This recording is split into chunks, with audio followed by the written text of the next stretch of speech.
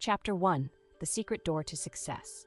So the people shouted when the priests blew with the trumpets, and it came to pass, when the people heard the sound of the trumpet, and the people shouted with a great shout, that the wall fell down flat, so that the people went up into the city, every man straight before him, and they took the city. Joshua 6:20. A successful man is always asked, what is the secret of your success? People never ask a man who is a failure, what is the secret of your failure? It is quite easy to see, and they are not interested. People all want to know how to open the secret door to success. For each man there is success, but it seems to be behind a door or wall. In the Bible reading, we have heard the wonderful story of the falling of the walls of Jericho. Of course, all biblical stories have a metaphysical interpretation. We will talk now about your wall of Jericho, the wall separating you from success. Nearly everyone has built a wall around his own Jericho. This city you are not able to enter contains great treasures, your divinely designed success, your heart's desire. What kind of wall have you built around your Jericho? Often, it is a wall of resentment. Resenting someone or resenting a situation shuts off your good. If you are a failure and resent the success of someone else, you are keeping away your own success. I have given the following statement to neutralize envy and resentment. What God has done for others, He now does for me and more. A woman was filled with envy because a friend had received a gift. She made this statement, and an exact duplicate of the gift was given her, plus another present. It was when the children of Israel shouted that the walls of Jericho fell down. When you make an affirmation of truth, your wall of Jericho totters. I gave the following statement to a woman. The walls of lack and delay now crumble away, and I enter my promised land under grace. She had a vivid picture of stepping over a fallen wall and received the demonstration of her good almost immediately. It is the word of realization which brings about a change in your affairs. For words and thoughts are a form of radioactivity. Taking an interest in your work, enjoying what you are doing, opens the secret door of success. A number of years ago, I went to California to speak at the different centers by way of the Panama Canal. And on the boat, I met a man named Jim Tully. For years, he had been a tramp. He called himself the King of the Hobos. He was ambitious and picked up an education. He had a vivid imagination and commenced writing stories about his experiences. He dramatized tramp life, he enjoyed what he was doing, and became a very successful author. I remember one book called Outside Looking In. It was made into a motion picture. He is now famous and prosperous and lives in Hollywood. What opened the secret door to success for Jim Tully? Dramatizing his life. Being interested in what he was doing, he made the most of being a tramp. On the boat, we all sat at the captain's table, which gave us a chance to talk. Mrs. Grace Stone was also a passenger on the boat. She had written The Bitter Tea of General Yen and was going to Hollywood to have it made into a moving picture. She had lived in China and was inspired to write the book. That is the secret of success, to make what you are doing interesting to other people. Be interested in yourself, and others will find you interesting. A good disposition, a smile, often opens the secret door. The Chinese say, a man without a smiling face must not open a shop. The success of a smile was brought out in a French moving picture in which Chevalier took the lead. The picture was called With a Smile. One of the characters had become poor, dreary, and almost derelict. He said to Chevalier, "What good has my honesty done me?" Chevalier replied, "Even honesty won't help you without a smile." So the man changes on the spot, cheers up, and becomes very successful. Living in the past, complaining of your misfortunes, builds a thick wall around your Jericho. Talking too much about your affairs, scattering your forces, brings you up against a high wall. I knew a man of brains and ability who was a complete failure. He lived with his mother and aunt, and I found that every night when he went home to dinner, he told them all that had taken place during the day at the office. He discussed his hopes, his fears, and his failures. I said to him, "You scatter your forces by talking about your affairs. Don't discuss your business with your family. Silence is golden." He took my lead. During dinner, he refused to talk about business. His mother and aunt were in despair. They loved to hear all about everything, but his silence proved golden. Not long after, he was given a position at $100 a week, and in a few years, he had a salary of $300 a week. Success is not a secret. It is a system. Many people are up against the wall of discouragement. Courage and endurance are part of the system. We read this in lives of all successful men and women. I had an amusing experience which brought this to my notice. I went to a moving picture theater to meet a friend. While waiting, I stood near a young boy selling programs. He called to people passing, "Buy a complete program of the picture containing photographs of the actors and a sketch of their lives." Most people passed by without buying. To my great surprise, he suddenly turned to me and said, "Say, this ain't no racket for a guy with ambition." Then he gave a discourse on success. He said, most people give up just before something big is coming to them. A successful man never gives up. Of course, I was interested and said, "I'll bring you a book the next time I come. It is called The Game of Life and How to Play It. You will agree with a lot of the ideas." A week or two later, I went back with the book. The girl at the ticket office said to him, "Let me read it, Eddie, while you are selling programs." The man who took tickets leaned over to see what it was about. The game of life always gets people's interests. I returned to the theater in about 3 weeks. Eddie had gone. He had expanded into a new job that he liked. His wall of Jericho had crumbled. He had refused to be discouraged. Only twice is the word success mentioned in the Bible, both times in the book of Joshua. "Only be strong and very courageous to observe to do according to all the law which Moses, my servant, commanded thee. Turn not from it to the right nor to the left, that thou mayest have good success whithersoever thou goest. This book of the law shall not depart from thy mouth, but thou shalt meditate therein day and night, that thou mayest observe to do all that is written therein, for then shalt thou make thy way prosperous, and thou shalt have good success. Turn not to the right nor to the left." The road to success is a straight and narrow path. It is a road of loving absorption, of undivided attention. You attract the things you give a great deal of thought to. So if you give a great deal of thought to lack, you attract lack. You give a great deal of thought to injustice, you attract more injustice.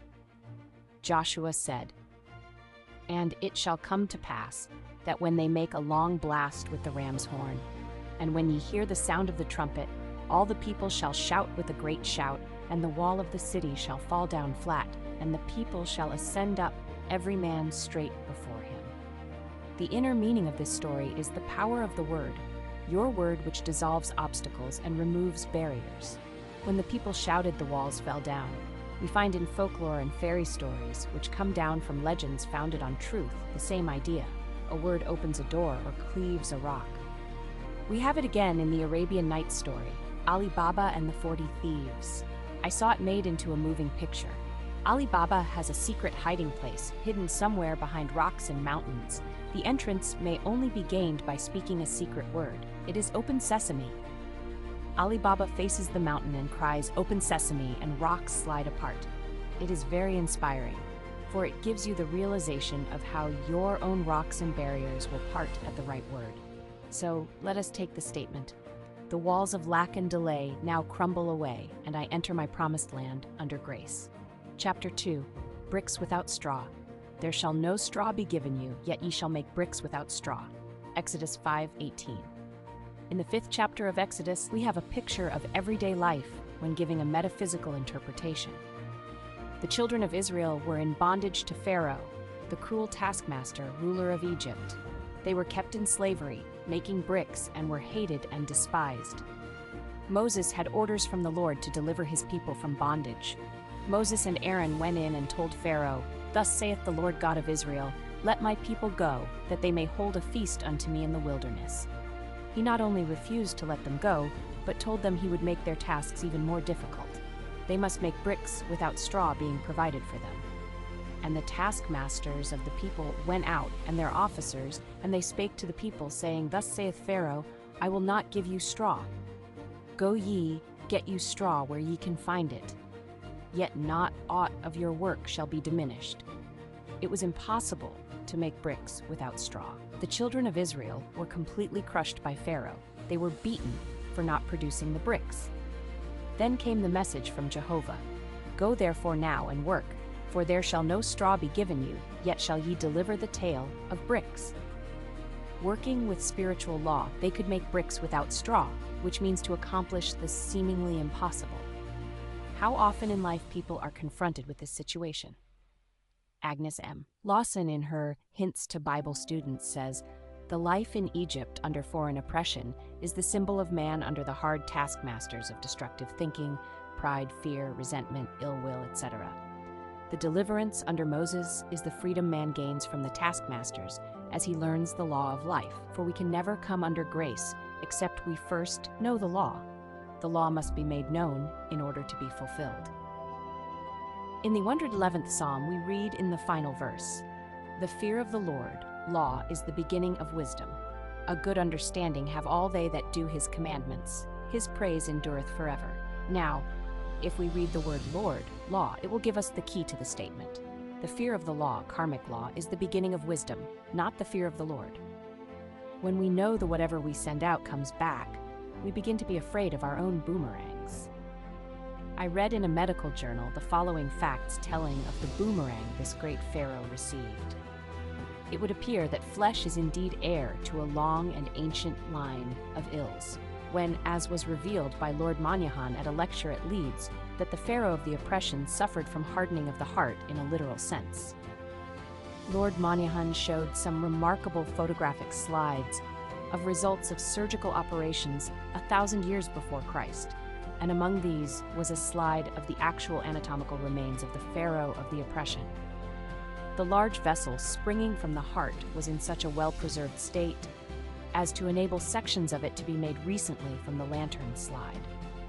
It was impossible to distinguish between the ancient and modern vessel. Both hearts had been attacked by atheroma, a condition in which calcium salts are deposited in the walls of the vessel, making it rigid and inelastic. Inadequate expanse to the stream of blood from the heart caused the vessel to give way. With this condition went the mental changes that occur with a rigid arterial system. A narrowness of outlook, restriction and dread of enterprise, a literal hardening of the heart. So Pharaoh's hardness of heart hardened his own heart. This is as true today as it was several thousand years ago. We are all coming out of the land of Egypt, out of the house of bondage. Your doubts and fears keep you in slavery. You face a situation which seems hopeless. What can you do? It is a case of making bricks without straw. But remember the words of Jehovah, "Go therefore now, and work, for there shall no straw be given you, yet shall ye deliver the tale of bricks. You shall make bricks without straw. God makes a way where there is no way." I was told the story of a woman who needed money for her rent. It was necessary to have it at once, but she knew of no channel. She exhausted every avenue. However, she was a truth student and kept making her affirmations. Her dog whined and wanted to go out. She put on his leash and walked down the street in the accustomed direction. However, the dog pulled at his leash and wanted to go in another direction. She followed, and in the middle of the block, opposite an open park, she looked down and picked up a roll of bills, which exactly covered rent. She looked for ads but never found the owner. There were no houses near where she found it. The reasoning mind, the intellect, takes the throne of Pharaoh in your consciousness. It says continually, "It can't be done. What's the use?" We must drown out these dreary suggestions with a vital affirmation. For example, take this statement: "The unexpected happens. My seemingly impossible good now comes to pass." This stops all argument from the army of the aliens, the reasoning mind. The unexpected happens. That is an idea it cannot cope with. Thou hast made me wiser than mine enemies. Your enemy thoughts, your doubts, fears, and apprehensions. Think of the joy of really being free forever from the Pharaoh of oppression. To have the idea of security, health, happiness, and abundance established in the subconscious. It would mean a life free from all limitations. It would be the kingdom which Jesus Christ spoke of, where all things are automatically added unto us. I say automatically added unto us because all life is vibration, and when we vibrate to success, happiness, and abundance, the things which symbolize these states of consciousness will attach themselves to us. Feel rich and successful, and suddenly you receive a large check or a beautiful gift. I tell the story showing the working of this law. I went to a party where people played games, and whoever won received a gift, The prize was a beautiful fan. Among those present was a very rich woman who had everything. Her name was Clara. The poorer and resentful ones got together and whispered, "We hope Clara doesn't get the fan." Of course Clara won the fan. She was carefree and vibrating to abundance. Envy and resentment short, circuit your good and keep away your fans. If you should happen to be resentful and envious, take the statement, "What God has done for others, He now does for me and more." Then all the fans and things will come your way. No man gives to himself but himself, and no man takes away from himself but himself. The game of life is a game of solitaire. As you change, all conditions will change. Now to go back to Pharaoh the oppressor. No one loves an oppressor. I remember a friend I had many years ago. Her name was Letty. Her father had plenty of money and supplied her mother and herself with food and clothes, but no luxuries. We went to art school together, and all the students would buy reproductions of The Winged Victory, Wister's Mother, or something to bring art into their homes. My friend's father called all these things plunder. He would say, "Don't bring home any plunder." So she lived a colorless life without a Winged Victory on her bureau or Whistler's Mother on the wall. He would say often to my friend and her mother, "When I die, you'll both be well off." One day someone said to Letty, "When are you going abroad?" All art students went abroad. She replied cheerfully, "Not till Papa dies." So, people always look forward to being free from lack and oppression. Let us now free ourselves from the tyrants of negative thinking. We have been slaves to doubts, fears, and apprehension, and let us be delivered as Moses delivered the children of Israel and come out of the land of Egypt, out of the house of bondage. Find the thought which is your great oppressor. Find the kingpin. In the logging camps in the spring, the logs are sent down the rivers in great numbers. Sometimes the logs become crossed and cause a jam. The men look for the log causing the jam, they call it the kingpin, straighten it, and the logs rush down the river again. Maybe your kingpin is resentment. Resentment holds back your good. The more you resent, the more you will have to resent. You grow a resentment track in your brain, and your expression will be one of habitual resentment. You will be avoided and miss the golden opportunities which await you each day. I remember a few years ago, the streets were filled with men selling apples. They got up early to get the good corners. I passed one several times on Park Avenue.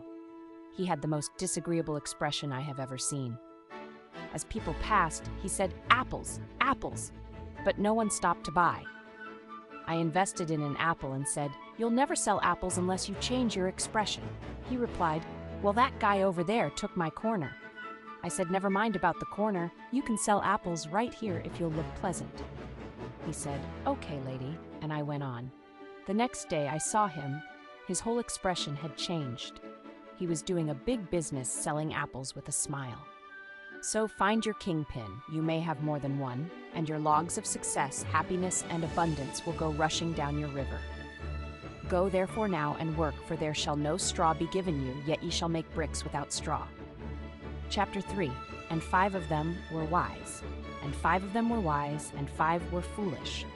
They that were foolish took their lamps, and took no oil with them.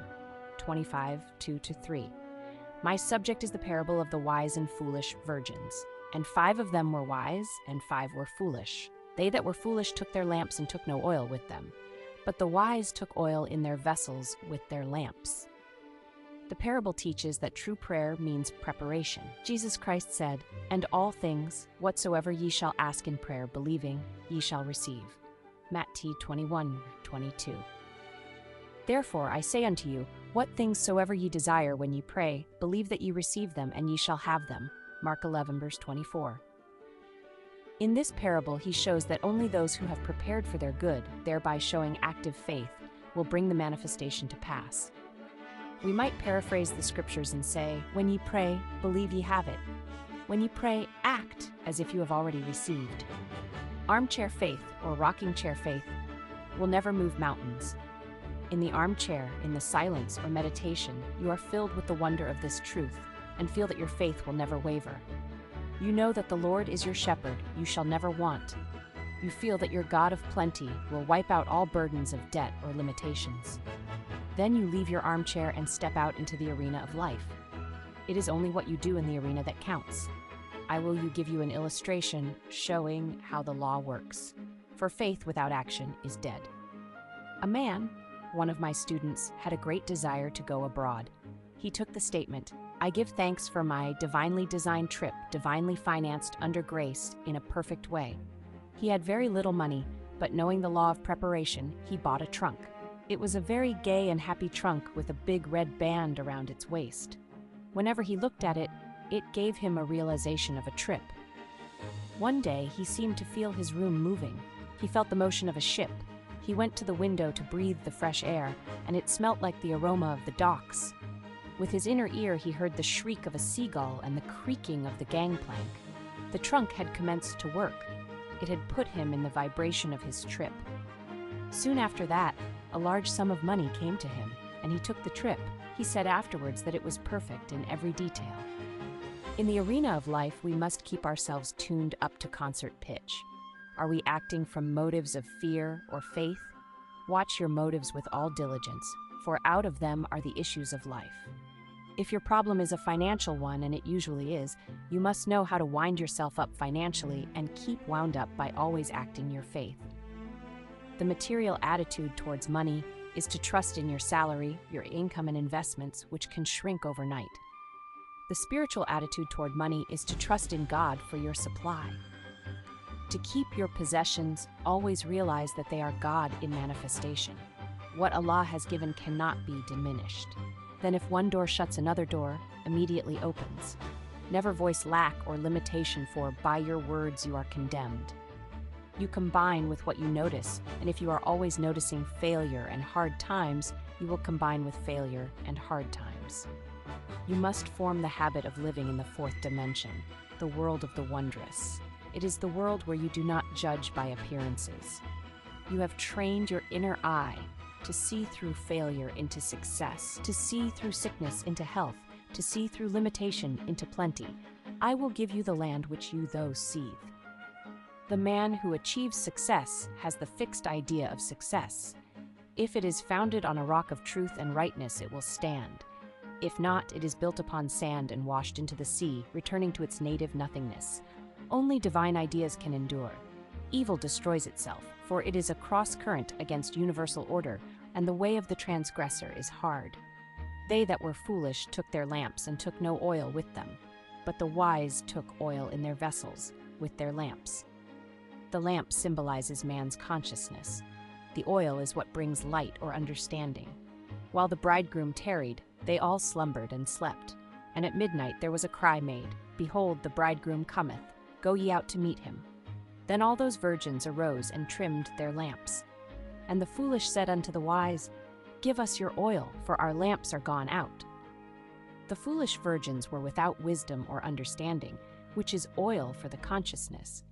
And when they were confronted with a serious situation, they had no way of handling it.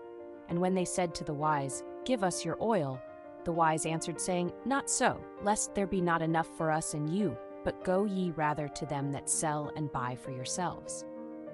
That means that the foolish virgins could not receive more than was in their consciousness, or what they were vibrating to. The man received the trip because it was in his consciousness as a reality. He believed that he had already received. As he prepared for the trip, he was taking oil for his lamps. With realization comes manifestation. The law of preparation works both ways. If you prepare for what you fear or don't want, you begin to attract it. David said, "The thing I feared has come upon me." We hear people say, "I must put away money in case of illness." They are deliberately preparing to be ill. Or, "I'm saving for a rainy day." The rainy day is sure to come at a most inconvenient time. The divine idea for every man is plenty. Your barns should be full and your cup should flow over, but we must learn to ask aright. For example, take this statement, "I call on the law of accumulation. My supply comes from God and now pours in and piles up under grace."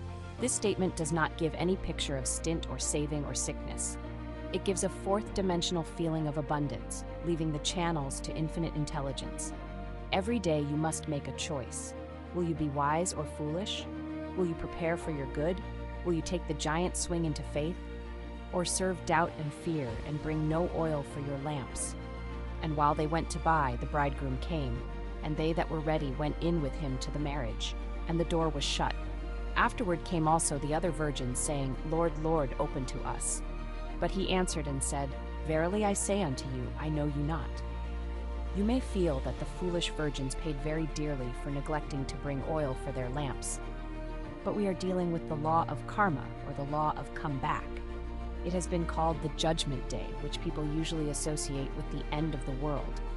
Your Judgment Day comes, they say, in sevens, 7 hours, 7 days, 7 weeks, 7 months, or 7 years. It might even come in 7 minutes. Then you pay some karmic debt, the price for having violated spiritual law.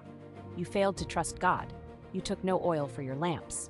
Every day examine your consciousness and see just what you are preparing for. You are fearful of lack and hang on to every cent, thereby attracting more lack. Use what you have with wisdom, and it opens the way for more to come to you. In my book, Your Word is Your Wand, I tell about the magic purse. In the Arabian Nights, they tell the story of a man who had a magic purse. As money went out, immediately money appeared in it again. So I made the statement, my supply comes from God. I have the magic purse of the Spirit. It can never be depleted. As money goes out, immediately money comes in. It is always crammed, jammed with abundance, under grace, in perfect ways. This brings a vivid picture to mind. You are drawing on the bank of the imagination. A woman who did not have much money was afraid to pay any bills and see her bank account dwindle. It came to her with great conviction. I have the magic purse of the Spirit. It can never be depleted. As money goes out, immediately money comes in. She fearlessly paid her bills, and several large checks came to her that she did not expect. Watch and pray lest ye enter into the temptation of preparing for something destructive instead of something constructive. I knew a woman who told me she always kept a long crepe veil handy in case of funerals. I said to her, You are a menace to your relatives and are preparing to hurry them all off so that you can wear the veil. She destroyed it. Another woman who had no money decided to send her 2 daughters to college. Her husband scorned the idea and said, Who will pay their tuition? I have no money for it. She replied, I know some unforeseen goodwill will come to us. She kept on preparing her daughters for college. Her husband laughed heartily and told all their friends that his wife was sending the girls to college on some unforeseen good. A rich relative suddenly sent her a large sum of money. Some unforeseen good did arrive, for she had shown active faith. I asked what she had said to her husband when the check arrived. She replied, Oh, I never antagonized George by telling him I am in the right. So, prepare for your unforeseen good. Let every thought and every act express your unwavering faith. Every event in your life is a crystallized idea, something you have invited through either fear or faith, something you have prepared for. So let us be wise and bring oil for our lamps, and when we least expect it, we shall reap the fruits of our faith. My lamps are now filled with the oil of faith and fulfillment. Chapter 4. What do you expect? According to your faith, be it unto you. Matt 9:29. Faith is expectancy. According to your faith, be it unto you. We might say, according to your expectancies, be it done unto you. So what are you expecting? We hear people say we expect the worst to happen, or the worst is yet to come. They are deliberately inviting the worst to come. We hear others say, I expect a change for the better. They are inviting better conditions into their lives. Change your expectancies, and you change your conditions. How can you change your expectancies when you have formed the habit of expecting loss, lack, or failure? Begin to act as if you expected success, happiness, and abundance. Prepare for your good. Do something to show you expect it to come. Active faith alone will impress the subconscious. If you have spoken the word for a home, prepare for it immediately as if you hadn't a moment to lose. Collect little ornaments, tablecloths, etc., etc. I knew a woman who made the giant swing into faith by buying a large armchair. A chair meant business. She bought a large and comfortable chair, for she was preparing for the right man. He came. Someone will say, suppose you haven't money to buy ornaments or a chair. Then look in shop windows and link with them in thought. Get in their vibration. I sometimes hear people say, I don't go into the shops because I can't afford to buy anything. That is just the reason why you should go into the shops. Begin to make friends with the things you desire or require. I know a woman who wanted a ring. She went boldly to the ring department and tried on rings. It gave her such a realization of ownership that not long after, a friend made her a gift of a ring. You combine with what you notice. Keep on noticing beautiful things, and you make an invisible contact. Sooner or later, these things are drawn into your life, unless you say, "Poor me, too good to be true." My soul, wait thou only upon God, for my expectation is from Him. This is a most important statement from the 62nd Psalm. The soul is the subconscious mind, and the psalmist was telling his subconscious to expect everything directly from the universal, not to depend upon doors and channels. My expectations are from Him. God cannot fail, for His ways are ingenious, His methods are sure. You can expect any seemingly impossible good from God if you do not limit the channels. Do not say how you want it done or how it can't be done. God is the giver and the gift and creates His own amazing channels. Take the following statement. I cannot be separated from God the giver. Therefore, I cannot be separated from God the gift. The gift is God in action. Get the realization that every blessing is God in action, and see God in every face and good in every situation. This makes you master of all conditions. A woman came to me saying that there was no heat in the radiators in their apartment and that her mother was suffering from the cold. She added, "The landlord has declared that we can't have heat until a certain date." I replied, "God is your landlord." She said, "That's all I want to know," and rushed out. That evening, the heat was turned on without asking. It was because she realized that the landlord was God in manifestation.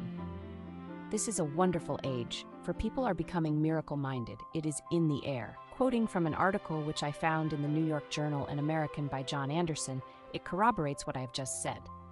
The title of the article is "Theater Goers Make Hits of Metaphysical Plays." If, said the cynical manager, who shall be called Brock Pemberton, with a slight accent of sarcasm in his voice, the other night on an intermission curbside talk, you fellows, meaning the critics, know so much about what the New York public wants. Why don't you tell me what to produce? Why don't you tell me what sort of play the playgoers want to see? I would, I said, but you wouldn't believe it. You're hedging, he said. You don't know, and you're trying to cover up by pretending to know more than you're willing to say. You haven't any more idea than I have this minute what sort of plays generally succeed. I have, I said. There is one surefire success. One theme that works and has always worked, whether it is competing with Boy Meets Girl, mysteries, historical tragedies, etc. No play on the theme has ever completely failed if it had nay merit at all, and a lot of poor ones have been big hits. You're stalling again, said Mr. Pemberton. What sort of plays are they? Metaphysical, I said, fouling slightly with a big word and waiting quietly for the effect. Metaphysical, said Mr. Pemberton. You mean metaphysical? I paused a moment, and since Mr. Pemberton said nothing, went right on spouting such titles as The Green Pastures, The Star Wagon, Father Malachi's Miracle, etc. Some of these, I added, reached the public over the heads of the critics. But Mr. Pemberton had departed to ask probably in every theater in town, is there a metaphysician in the house? People are beginning to realize the power of their words and thoughts. They understand why faith is the substance of the thing hoped for, the evidence of things not seen.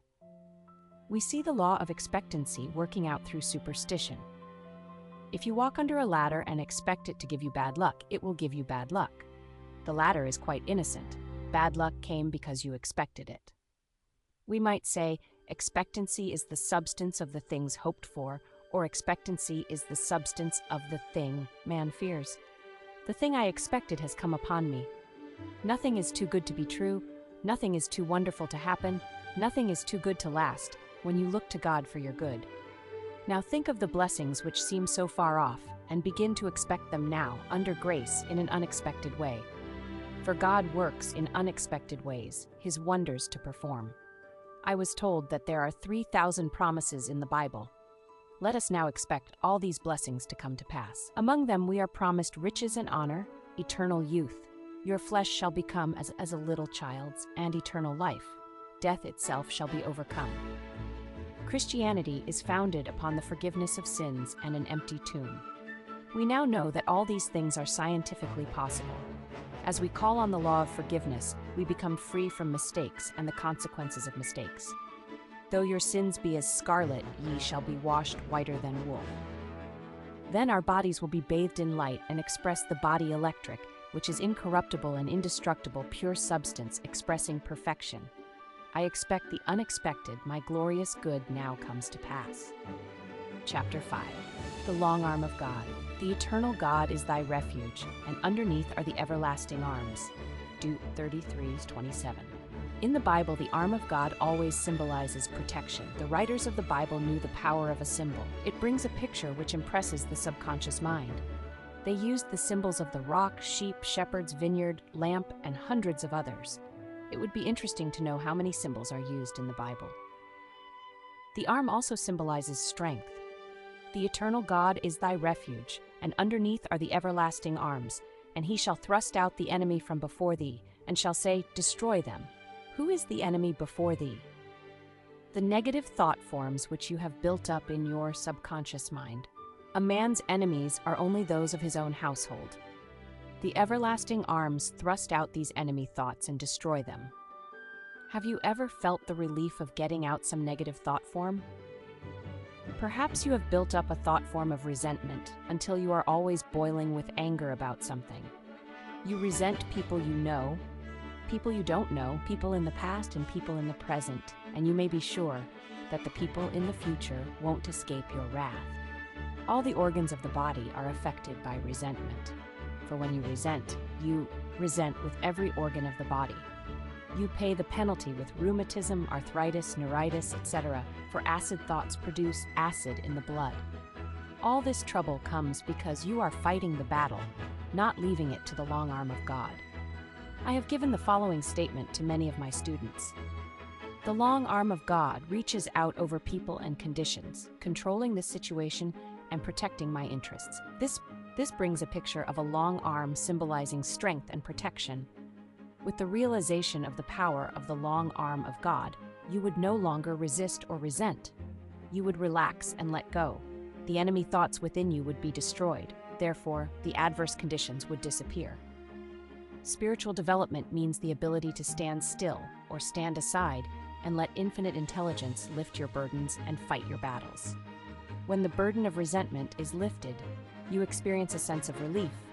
You have a kindly feeling for everyone, and all the organs of your body begin to function properly. A clipping quoting Albert Edward Day, D.D. reads, "That loving our enemies is good for our spiritual health is widely known and accepted, but that negation and poisonous emotions destroy physical health is a relatively new discovery. The problem of health is often an emotional one. Wrong emotions entertained and repeated are potent causes of illness." When the preacher talks about loving your enemies, the man on the street is apt to dismiss the idea as unendurable and pious. But the fact is, the preacher is telling you something which is one of the first laws of hygiene, as well as ethics. No man, even for his body's sake, can afford to indulge in hatred. It is like repeated doses of poison. When you are urged to get rid of fear, you are not listening to a moon-struck idealist.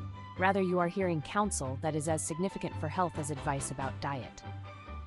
We hear so much about a balanced diet, but without a balanced mind, you can't digest what you eat, calories or no calories. Non-resistance is an art. When acquired, the world is yours. So many people are trying to force situations. Your lasting good will never come through forcing personal will. Flee from the things which flee from thee. Seek nothing, fortune seeketh thee. Behold his shadow on the floor. Behold him standing at the door. I do not know the author of these lines. Lovelock, the celebrated English athlete, was asked how to attain his speed and endurance in running. He replied, "Learn to relax." Let us attain this rest in action. He was most relaxed when running the fastest. Your big opportunity and big success usually slide in when you least expect it. You have to let go long enough for the great law of attraction to operate. You never saw a worried and anxious magnet. It stands up straight and hasn't a care in the world because it knows needles can't help jumping to it. The things we rightly desire come to pass when we have taken the clutch off. I say in my correspondence course, do not let your heart's desire become your heart's disease. You are completely demagnetized when you desire something too intensely. You worry, fear, and agonize. There is an occult law of indifference.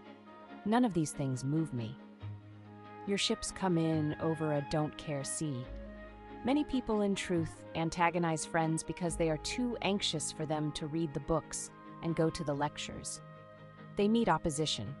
A friend took my book, The Game of Life and How to Play It, to her brother's house to read. The young men of the family refused to read it. No nuts stuff for them. One of these young men drives a taxi cab. One night he drove a taxi which belonged to another man. In going over the car, he found a book stuffed away somewhere. It was The Game of Life and How to Play It. The next day he said to his aunt, "I found Mrs. Shinn's book in the taxi last night. I read it and it's great. There's a lot of good reading in it. Why doesn't she write another book?" God works in roundabout ways his wonders to perform. I meet unhappy people and a few grateful and contented people. A man said to me one day, "I have a great deal to be thankful for. I have good health, enough money, and I'm still single." The 89th Psalm is very interesting, for we find that two individuals take part. The man who sings the psalm, for all psalms are songs or poems, and Lord God of hosts answers him. It is a song of praise and thanksgiving, extolling the strong arm of God. I will sing of the mercies of the Lord forever. O Lord God of hosts, who is a strong Lord like unto thee. Thou hast a mighty arm, strong is thy hand, and high is thy right hand. Then the Lord of hosts replies, "With whom my hand shall be established, mine arm also shall strengthen him. My mercy will I keep for him forevermore, and my covenant shall stand fast with him." We only hear the words forevermore in the Bible and in fairy tales. In the absolute, man is outside of time and space. His good is from everlasting to everlasting. The fairy tales came down from the old Persian legends, which were founded upon truth. Aladdin and his wonderful lamp is the outpicturing of the word.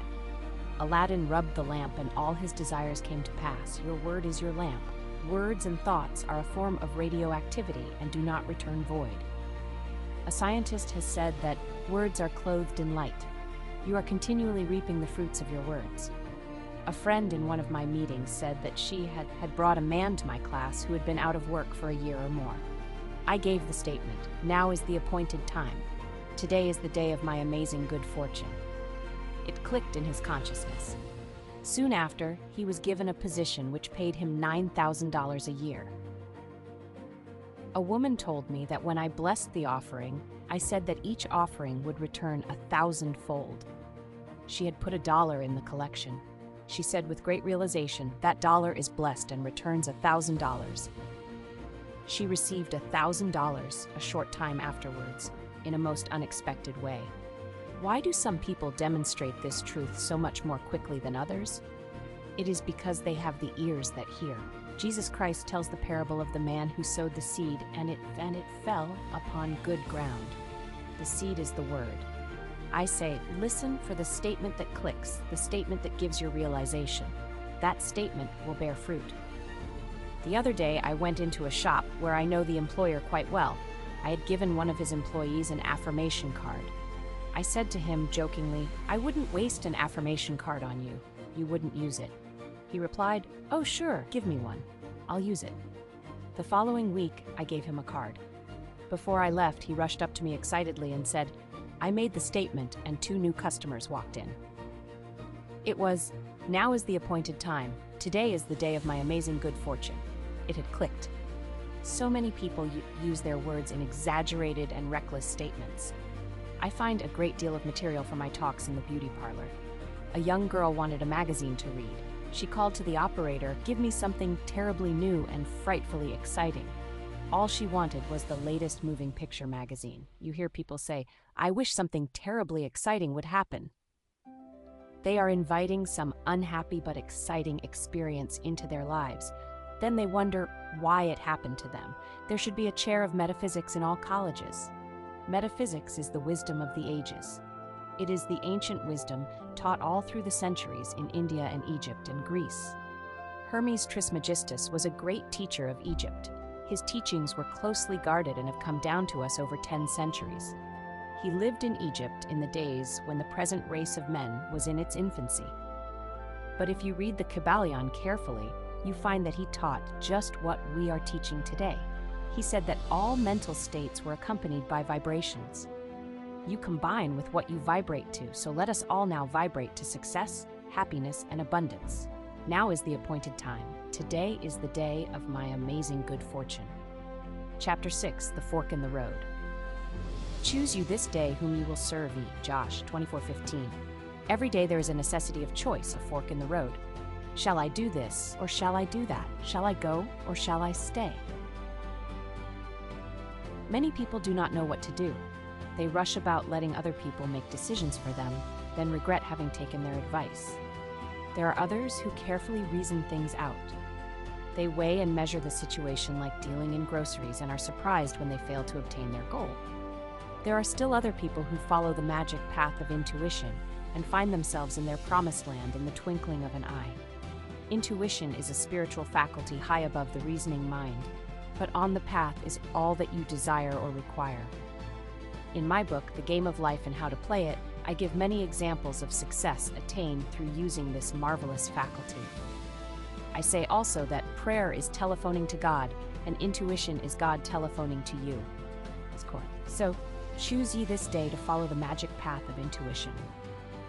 In my question and answer classes, I tell you how to cultivate intuition. In most people, it is a faculty which has remained dormant. So we wake, though that sleepeth. Wake up to your leads and hunches. Wake up to the divinity within. Claude Bragdon said, "To live intuitively is to live fourth dimensionally." Now it is necessary for you to make a decision. You face a fork in the road. Ask for a definite, unmistakable lead, and you will receive it. We find many events to interpret metaphysically in the book of Joshua. After the death of Moses, the divine command came to Joshua, "Now therefore arise, go over the Jordan, thou and all thy people, unto the land which I do give to them. Every place the sole of your feet shall tread upon, to you have I given it." The feet are the symbol of understanding, so it means metaphysically all that we understand stands under us in consciousness, and what is rooted there can never be taken from us. For the Bible goes on to say, "There shall not any man be able to stand before thee all the days of thy life. I will not fail thee, nor forsake thee. Only be thou strong and very courageous, that thou mayest observe to do according to all the law, which Moses my servant commanded thee. Turn not from it to the right hand or to the left, that thou mayest prosper whithersoever thou goest." So we find we have success through being strong and very courageous in following spiritual law. We are back again to the fork in the road, the necessity of choice. Choose you this day whom ye shall serve, the intellect or divine guidance. A well-known man who has become a great power in the financial world said to a friend, "I always follow intuition, and I am luck incarnate." Inspiration, which is divine guidance, is the most important thing in life. People come to truth meetings for inspiration. I find the right word will start divine activity operating in their affairs. A woman came to me with a complication of affairs. I said to her, "Let God juggle the situation." It clicked. She took the affirmation, "I now let God juggle this situation." Almost immediately, she rented a house which had been vacant for a long time.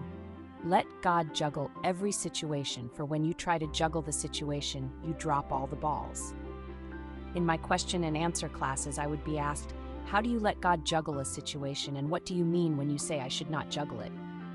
You juggle with the intellect. The intellect would say, "Times are hard, no activity in real estate. Don't expect anything until the fall of 1958. With spiritual law, there is only the now. Before you call, you are answered, for time and space are but a dream, and your blessing is there waiting for you to release it by faith in the Word.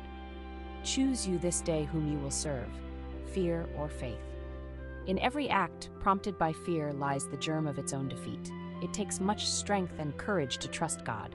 We often trust Him in little things, but when it comes to a big situation, we feel we had better attend to it ourselves. Then comes defeat and failure.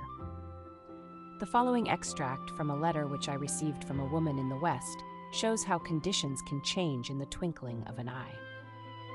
I've had the pleasure of reading your wonderful book, The Game of Life and How to Play It. I have 4 boys, 10, 13, 15, and 17, and thought how wonderful for them to grasp it in their early life. and be able to get things which are theirs by divine right. The lady who let me read her copy gave me other things to read, but it seemed when I picked this book up it was magnetic, and I could not let go of it. After reading it, I realized I was trying to live divinely but did not understand the law, or I would have been much further advanced. At first, I thought it quite hard to find a place in the business world after so many years of being a mother. But I got this statement, God makes a way where there is no way, and He did that very thing for me. I am grateful for my position and smile when people say, "How do you do it? Manage 4 growing boys, a home, after all the times you have been hospitalized with such major operations and none of your relatives near you." I have that statement in my book, God makes a way where there is no way. God made a way for her in business when all her friends said it couldn't be done. The average person will tell you almost anything can't be done. I had an example of this today. In a shop, I found a delightful little silver drippolator which would make just 1 cup of anything.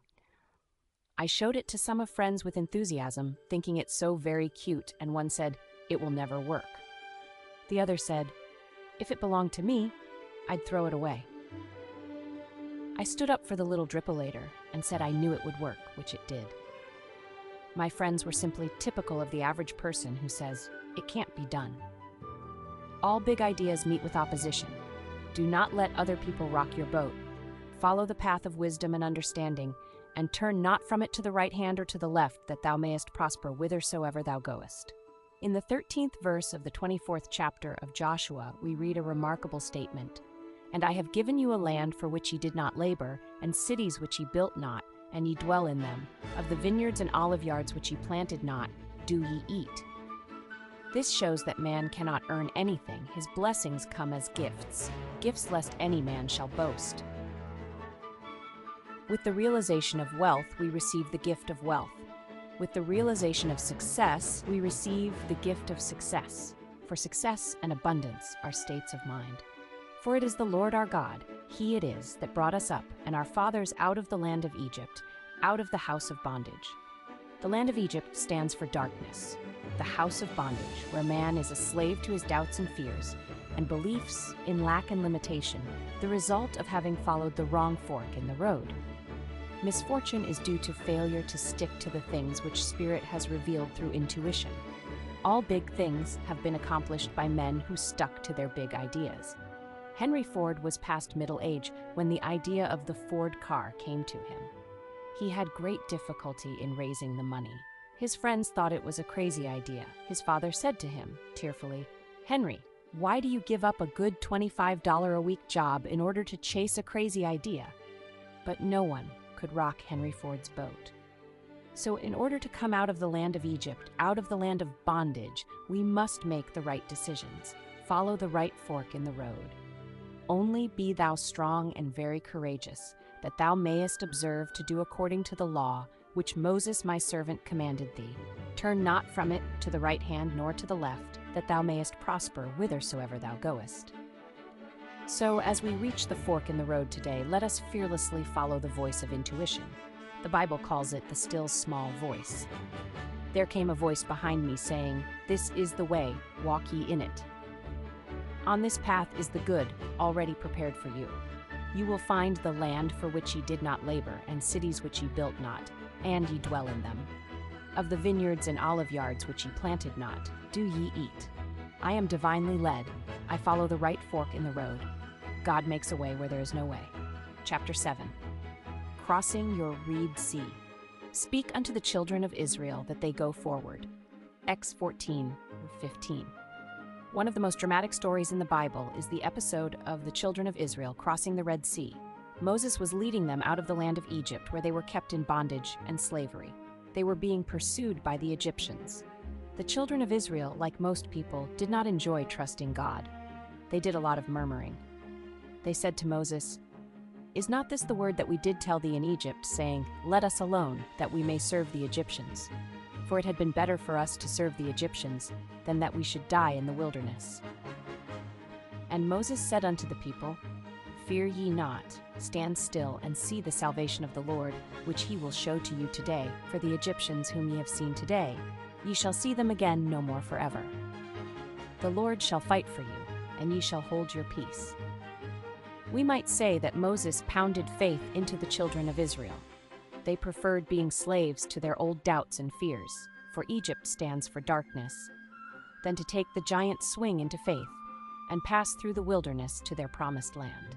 There is indeed a wilderness to pass through before your promised land is reached. The old doubts and fears encamp round about you, but there is always someone to tell you to go forward. There is always a Moses on your pathway. Sometimes it is a friend, sometimes intuition. And the Lord said to Moses, Wherefore criest thou unto me?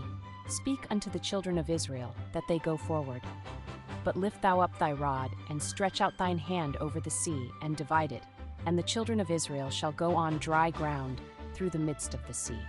And Moses stretched out his hand over the sea, and the Lord caused the sea to go back by a strong east wind all that night, and made the sea dry land, and the waters were divided.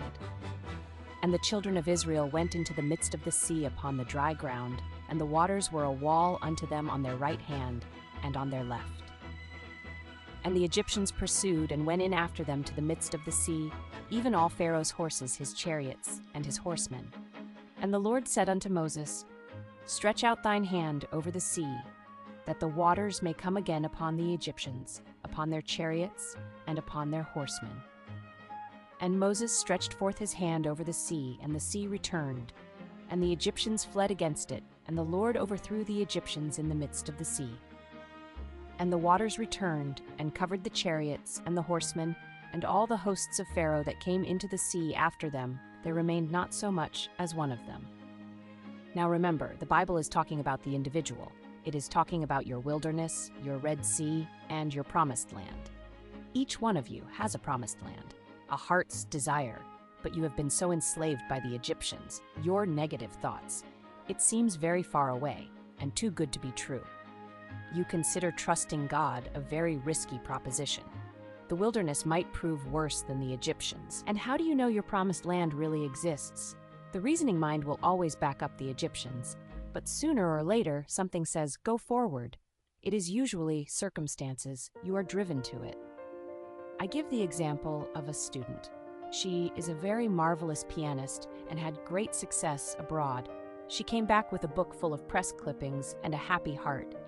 A relative took an interest in her and said she would back her financially for a concert tour. They chose a manager who took charge of the expenses and attended to her bookings. After a concert or two, there were no more funds. The manager had taken them.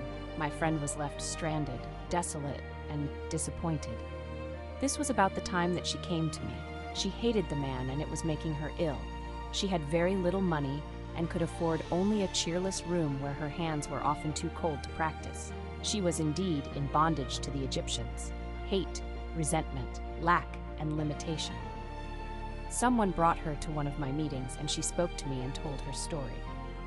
I said, in the first place, you must stop hating that man. When you are able to forgive him, your success will come back to you. You are taking your initiation in forgiveness. It seemed a pretty big order, but she tried and came regularly to all my meetings. In the meantime, the relative had started a suit to recover the money. Time went on and it never came to court. My friend had a call to go to California. She was no longer disturbed by the situation and had forgiven the man. Suddenly, after about 4 years, she was notified that the case had come to court. She called me upon her arrival in New York and asked me to speak the word for rightness and justice.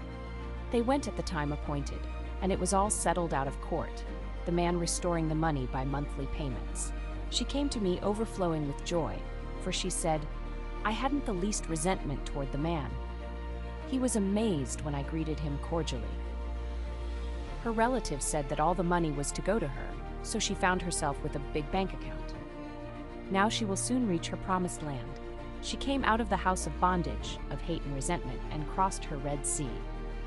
Her goodwill toward the man caused the waters to part, and she crossed over on dry land. Dry land symbolizes something substantial under your feet, the feet symbolizing understanding. Moses stands out as one of the greatest figures in biblical history. It came to Moses to move from Egypt with his nation. The task before him was not only the unwillingness of Pharaoh to let go of those whom he had made into profitable slaves, but also to stimulate to open rebellion this nation which had lost its initiative under the hardships of its taskmasters. It required extraordinary genius to meet this condition, which Moses possessed with self-abnegation and the courage of his own convictions. Self-abnegation, he was called the meekest of men. We have often heard the expression, as meek as Moses. He was so meek towards the commands of the Lord that he became one of the strongest of men. The Lord said to Moses, "Lift thou up thy rod, and stretch out thine hand over the sea, and divide it, and the children of Israel shall go on dry ground through the midst of the sea." So, never doubting, he said to the children of Israel, "Go forward." This was a daring thing to do, to lead a multiple of people into the sea, having perfect faith they would not drown. Behold the miracle! The Lord caused the sea to go back by a strong east wind all that night, and made the sea dry land, and the waters were divided. Now remember, this could happen for you this very day. Think of your problem. Maybe you have lost your initiative from living so long a slave to Pharaoh, your doubts, fears, and discouragements. Say to yourself, "Go forward." The Lord caused the sea to go back by a strong east wind. We will think of this strong east wind as a strong affirmation. Take a vital statement of truth. For example, if your problem is a financial one, say, "My supply comes from God, and big happy financial surprises now come to me under grace in perfect ways." The statement is a good one, for it contains the element of mystery. We are told that God works in mysterious ways, his wonders to perform. We might say in surprising ways. Now that you have made your statement for supply, you have caused the east wind to blow. So walk up to your Red Sea of lack or limitation. The way to walk up to your Red Sea is to do something to show your fearlessness. I will tell the story of a student who had an invitation to visit friends at a very fashionable summer resort. She had been living in the country for a long time, grown heavier, and nothing fitted her but her Girl Scout suit. Suddenly, she received the invitation. It meant evening clothes, slippers, and accessories, none of which she had, and no money to buy them. She came to me. I said, "What is your hunch?" She replied, "I feel very fearless. I have the hunch to go anyway." So she squeezed herself into something to travel in and went. When she arrived at her friend's house, she was greeted warmly, but her hostess said with some embarrassment, "Maybe what I've done will hurt you, but there are some evening clothes and slippers I never wear which I have put in your room. Won't you make use of them?"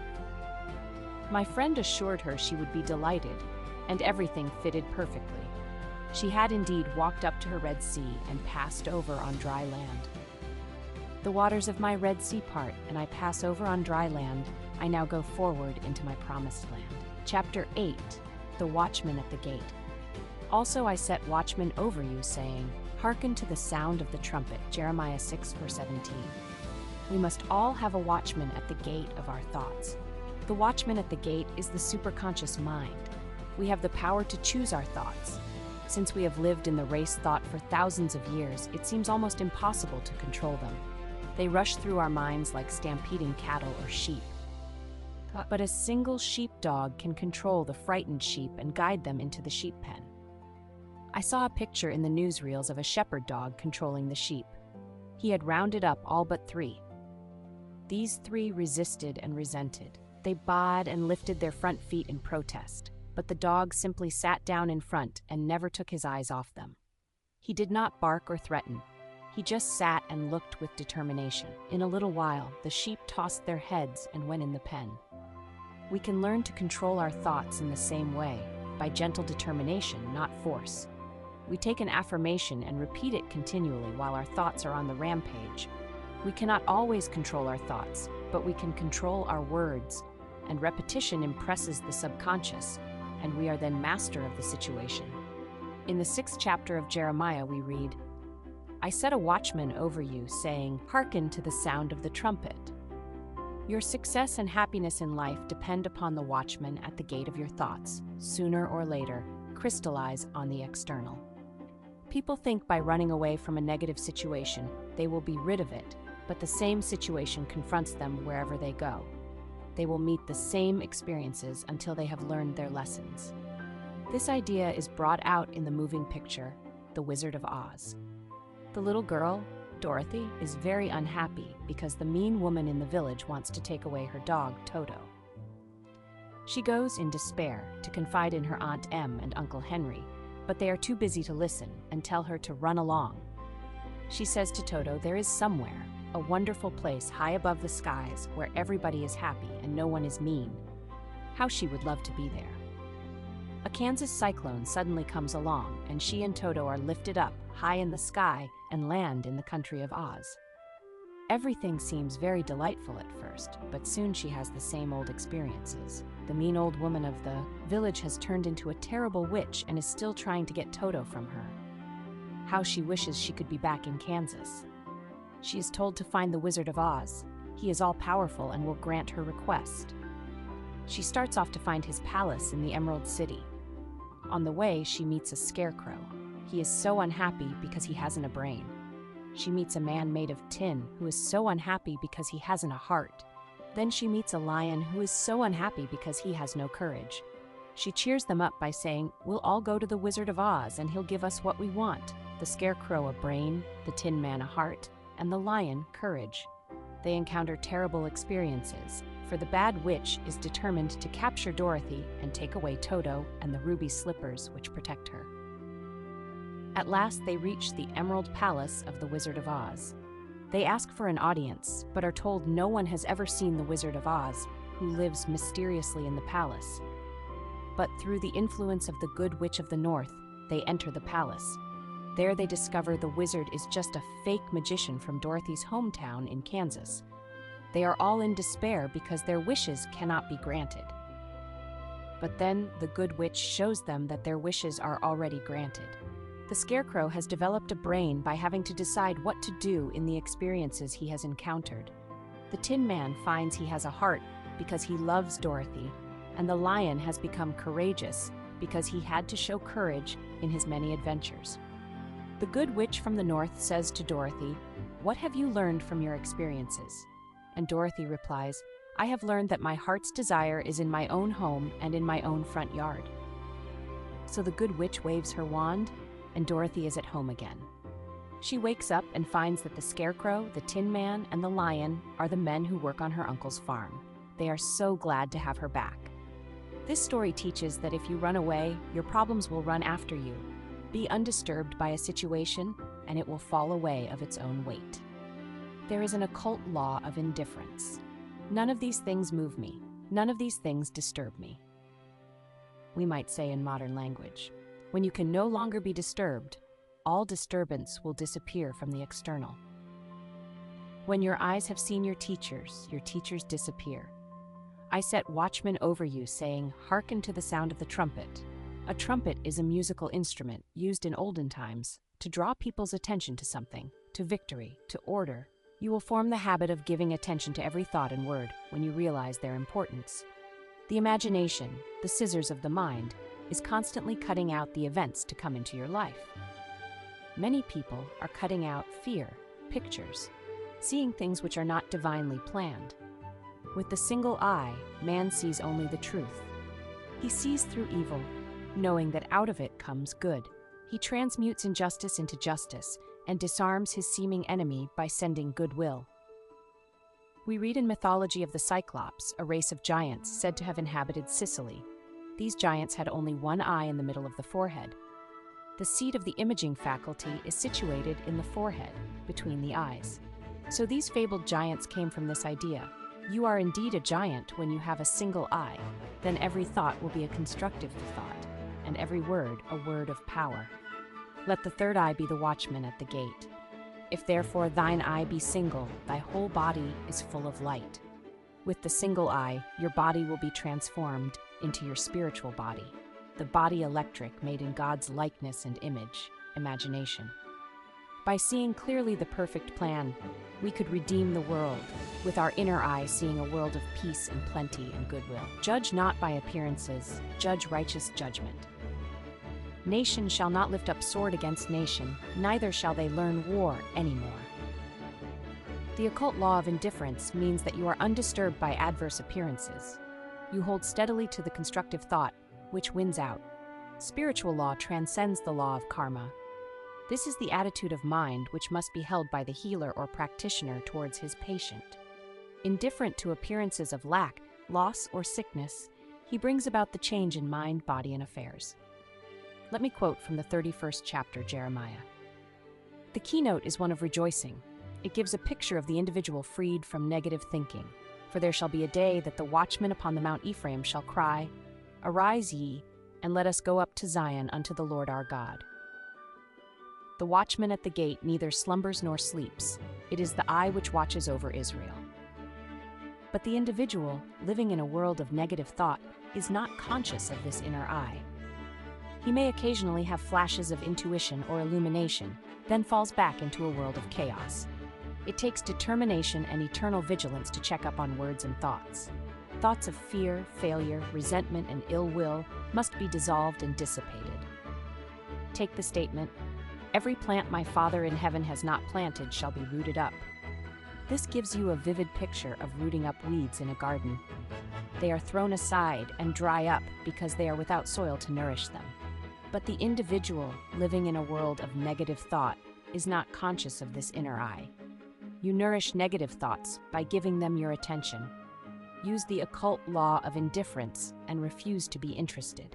Soon you will starve out the army of all aliens. Divine ideas will crowd your consciousness. False ideas fade away, and you will desire only that which God desires through you. The Chinese have a proverb, the philosopher leaves the cut of his coat to the tailor.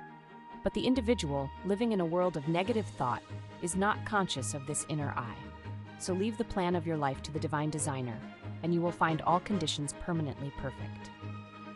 The ground I am on is holy ground.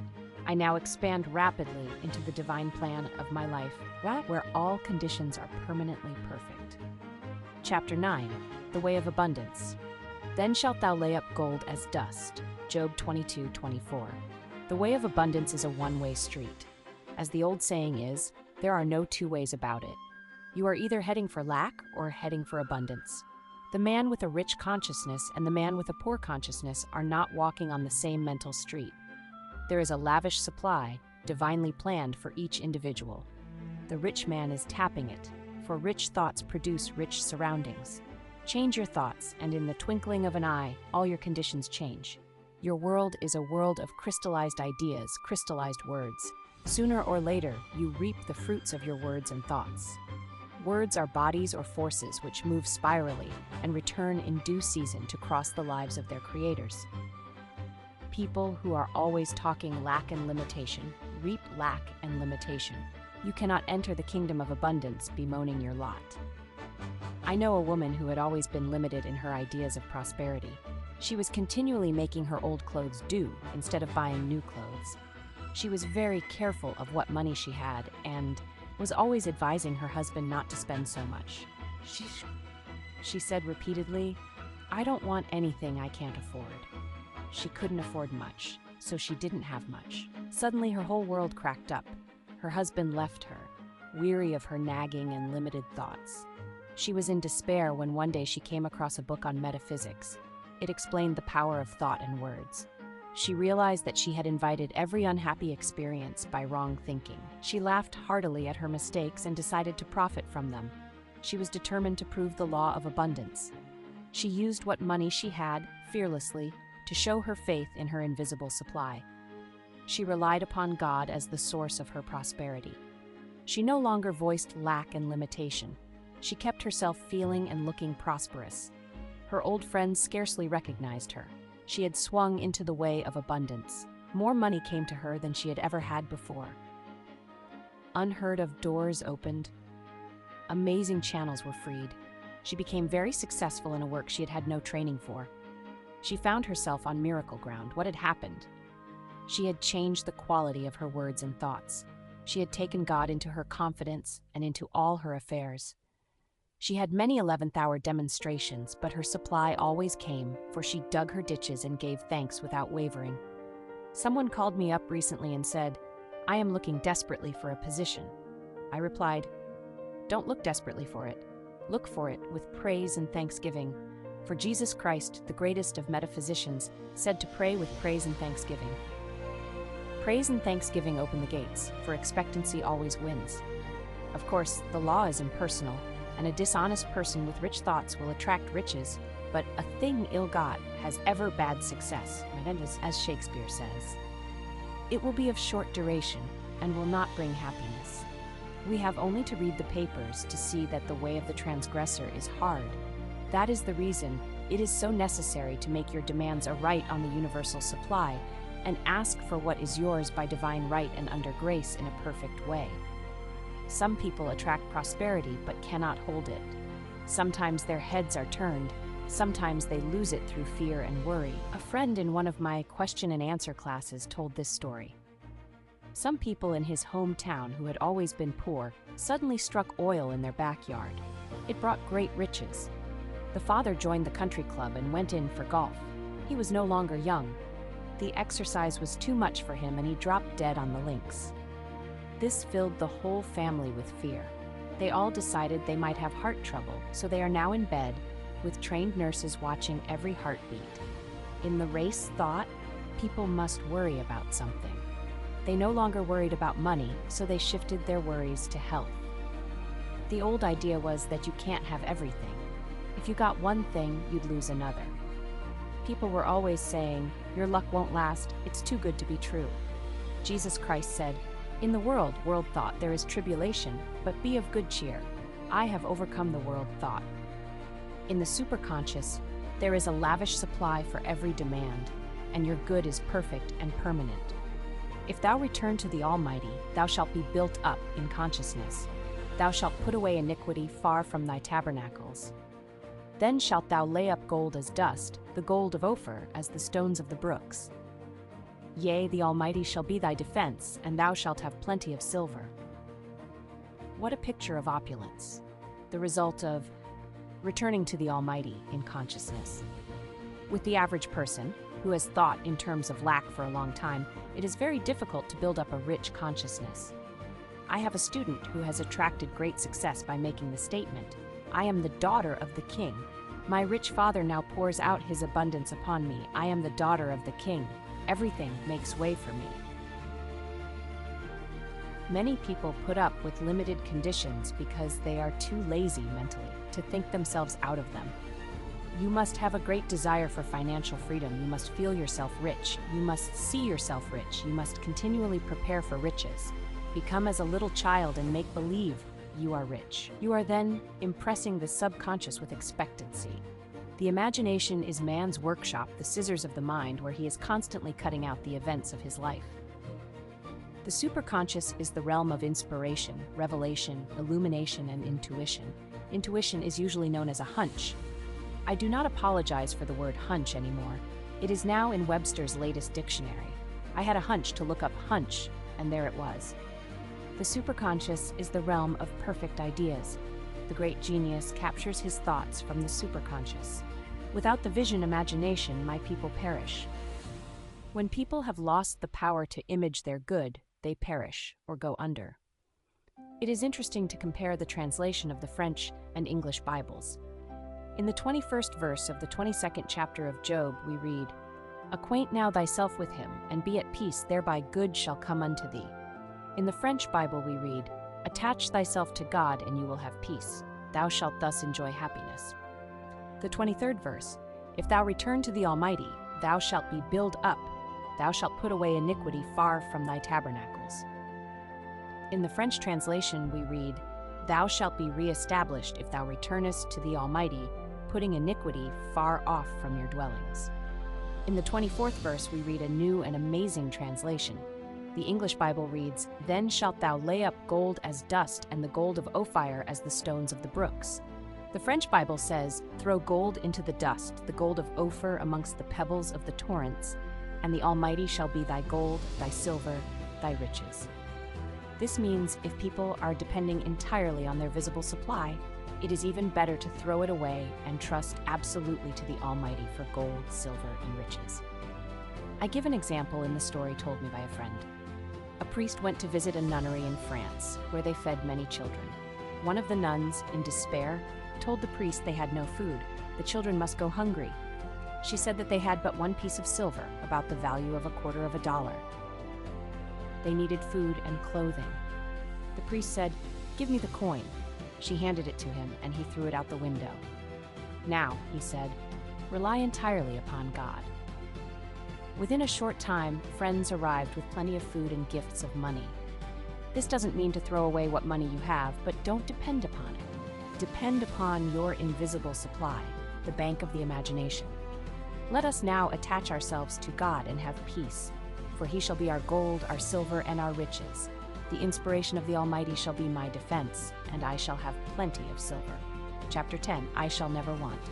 The Lord is my shepherd, I shall not want. Psalms 23:1. The 23rd Psalm is the best known of all the Psalms. We might say that it is the keynote to the message of the Bible. It tells man he shall never want when he has the realization or conviction that the Lord is his shepherd. The realization that infinite intelligence supplies every need. If you get this conviction today, every need will be met now and forevermore. You will draw instantly from the abundance of the spheres whatever you desire or require, for what you need is already on your pathway. A woman suddenly had the realization, the Lord is my shepherd, I shall never want. She seemed to be touching her invisible supply. She felt outside of time and space. She no longer relied on the external. Her first demonstration was a small but necessary one. She needed at once some large paper clips, but had no time to go to the stationer's to buy them. In looking for something else, she opened a little used chest, and in it she found about a dozen large paper clips. She felt that the law was working and gave thanks. Then some needed money appeared. Things large and small came her way. Since then, she has relied upon the statement, "The Lord is my shepherd, I shall never want." We used to hear people say, "I do not think it is right to ask God for money or things." They did not realize that this creative principle is within each man. True spirituality is proving God as your supply daily, not just once in a while. Jesus Christ knew this law, for whatever he desired or required appeared immediately on his pathway, the loaves and fishes and money from the fish's mouth. With this realization, all hoarding and saving would disappear. This does not mean that you should not have a bank account and investments, but it does mean that you should not depend upon them, for if you had a loss in one direction, you would have a gain in another. Always your barns would be full and your cup flow over.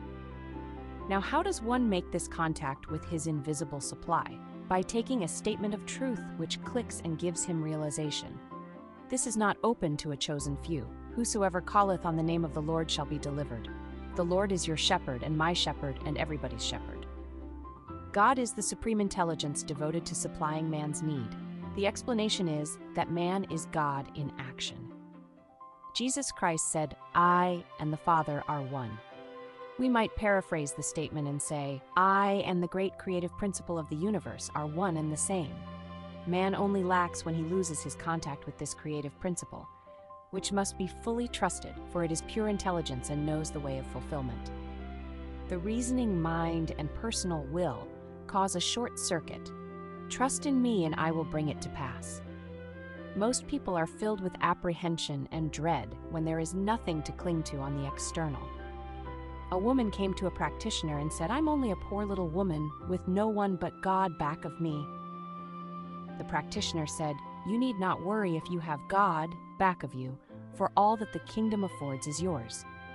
A woman called me on the phone and said, almost in tears, "I'm so worried about the business situation." I replied, "The situation with God remains the same. The Lord is your shepherd. You shall not want. If one door shuts, another door opens." A very successful businessman who conducts all affairs on truth methods said, "The trouble with most people is that they get to relying on certain conditions. They haven't enough imagination to go forward, to open new channels." Nearly every big success is built upon a failure. I was told that Edgar Bergen lost his part in a Broadway production because they did not want any more dummies. Noel Coward got him on the Rudy Valet radio hour, and he and Charlie McCarthy became famous overnight. I told the story at one of my meetings of a man who was so poor and discouraged that he ended it all. A few days later came a letter notifying him that he had inherited a large fortune. A man in the meeting said, "That means when you want to be dead, your demonstration is 3 days off." Yes, do not be fooled by the darkness before the dawn.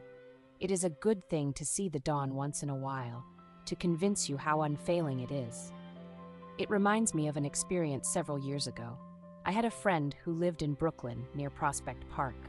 She liked to do unusual things and said to me, "Come to visit me, and we'll get up early and see the sunrise in Prospect Park."